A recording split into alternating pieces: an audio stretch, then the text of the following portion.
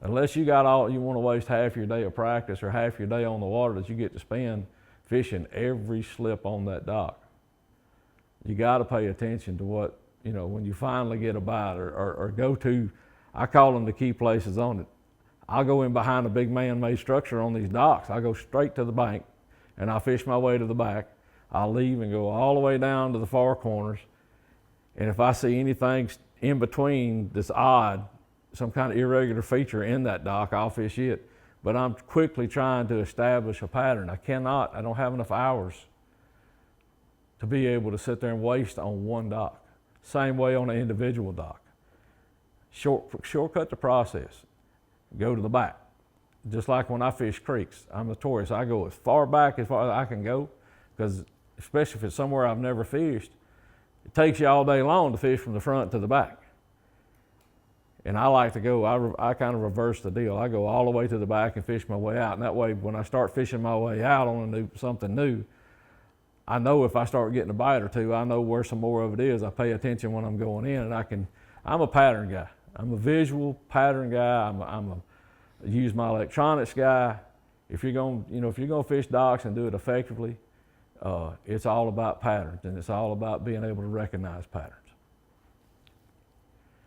Some of the baits and stuff, like I said, I'm a jig guy, but some of the main go-tos, depending on the time of the year, early in the year, when I start fishing docks, especially if it's a spotted bass deal, or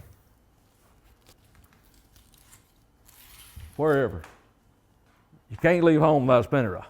Cannot. I like to use a little bit heavier spinning rod than most. I'll get into that one. I got too many rods. My spinning rod fishing, normally when I'm shaky head fishing, whether it's spotted bass or largemouth, I like to use a 7.3 medium heavy. A lot of folks want to go to a really wimpy rod, and I figured out, for me, I kind of get messed up if I'm fishing for, we fish for Coosa River spots, and they're big spotted bass. So throwing a 7-foot medium light on a shaky head Texas rig is a problem. You got to be able to pull that worm through the hook through that worm, and by using too light action rod, especially on Coosa River spots, is a problem. And then if you do mess up and get a hold of a big largemouth, you don't have a rod real capable of handling it. So I've gotten comfortable fishing with a 7.3 medium heavy. It's actually called a light medium heavy. This rod happens to be a helium. I'm a big fan of the 3,000 size spinning rods. Got a little better drag system, got a little more line capacity, a little bigger spool, and you don't get, seems like it doesn't wind the line up as tight, so I don't get as much line twist. Anything spinning rod, I'm a braid guy. I like braid with fluorocarbon leader. Some people use, I'm older, my fingers and my eyes ain't as good as they used to be. So I ain't got into the FG knot. That's a little bit too many twisty curlies for my hands. But I'm a big fan of the Crazy Alberto. Alberto's never failed me. It's a simple knot. You can tie it blindfolded, and it's a really good knot.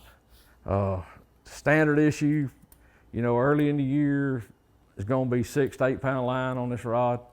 And I use, I think this is actually, what the heck's the name of that stuff? Anyway, Soul 112. I'm not even sponsored by them, but G Soul 112, it's really, really good line. I'm gonna have a chatterbait tied on early in the year, no matter what. That's, my buddy B Hite. I ain't got no affiliation to him, but I'm gonna give him credit where it's due. That's a bad dude. The jackhammer.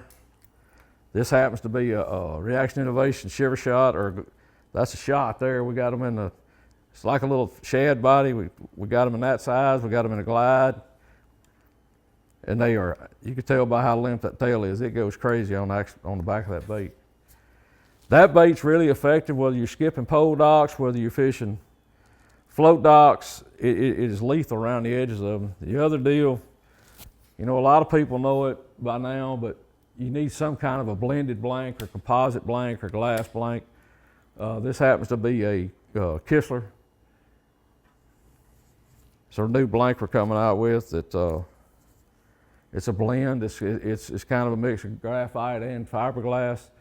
But the key to these things, if you're going to skip and pitch around these docks with any kind of vibrating jig, you can't go super soft, because if you go super soft, it's really hard to control the bait presentation. And you can watch by the action of this rod, you see where the break point is. It's really soft right here, and it's a tremendous rod, but when I get in there tight, and if I want to pitch this bait or I want to be able to skip it or cast it, roll cast it, I'm extremely accurate with it. If you get a really, really noodle rod, it's hard to do. The other deal early in the year, Bass U, folks. Information is pouring over. If you want to learn more about every lake, how to fish, shallow, deep, in between, skipping docks and rocks and cranking, slow wiggling, chatter, smattering, you get it at Bass U. Get on Bass U TV, check it out, sign up, be a member, be part of it, folks. Keep learning.